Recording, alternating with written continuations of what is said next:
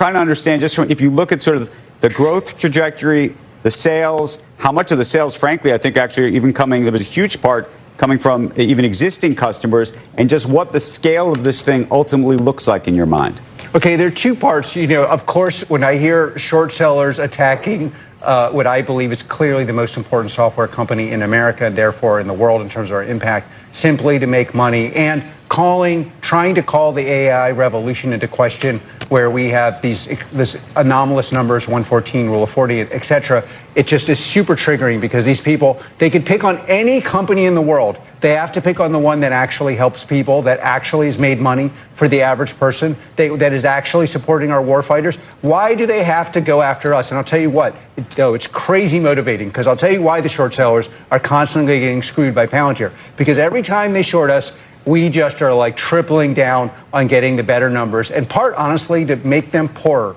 But okay, so the question of the actual power of the business and what is it worth? I mean, at the end of the day, one of the things that is actually in the book, the biography, and that I actually think you always have to ask is the person persuasive or are they right? And across all sorts of movements, political, I mean, you see this on the regressive part of the Democratic Party. We're about to probably have a complete disaster. I was born in New York.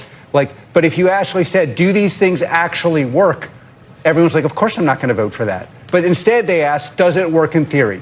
The theoreticians, you have to ask, how often have you been right? And Palantir is about pragmatic decisions that create unfair advantages for America and its allies.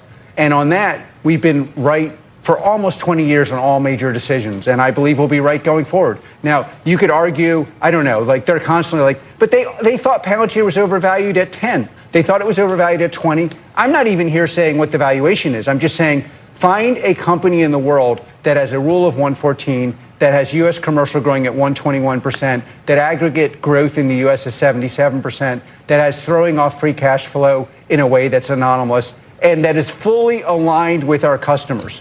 And you figure out the value, but they're in the business of being skeptical and being wrong, and we're in the business of giving an unfair advantage to American workers, American warfighters, and our investors. Being short is a very difficult place to be, because you can lose everything, right? You can drive these people into the ground. Thank God. Like Michael Burry put a really big bet on it. It's almost $1 billion. It's $912 million. That's a big step for him to put into that.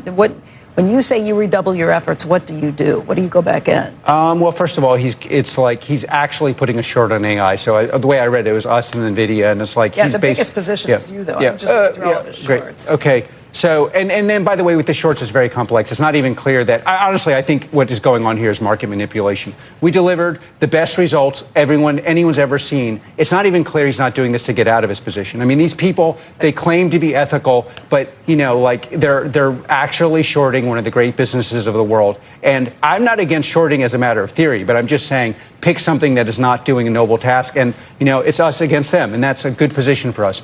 I mean, look, when you're printing a rule of 114, again, people who aren't technical, I think roughly an incredible score, like an Olympic grade score on rule of 14 is like 50. I mean, that's roughly if you're between 50 and 7, you're an Olympic athlete, a unique implement athlete. This is like Michael Phelps like score, like Michael Jordan. There are no scores like this.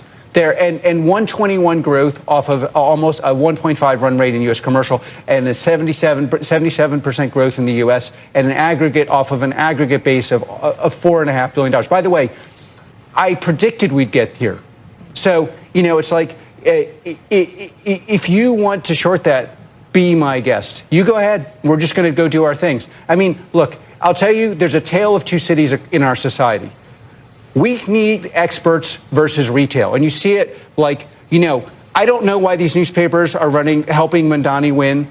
I don't know why we can't have honest discussions about our future. I don't know why we have to allow fentanyl attack. But it's almost always sympathy for the expert that doesn't need it, the short seller that has some ridiculous reason for doing something against. I mean, most of GDP growth in this country is because of AI. The real question is, how do we grow that and expose workers? What is the worker available GDP? That's the question for our society. Instead of aligning on that, we've got these completely, and again, if the numbers weren't there, great, be my guest. but then the numbers are there. So then it's not even clear he's actually shorting us. It's probably just, how do I get my position out and not look like a fool? I don't know, but I do think this behavior is egregious, and I'm going to be dancing around when it's proven wrong.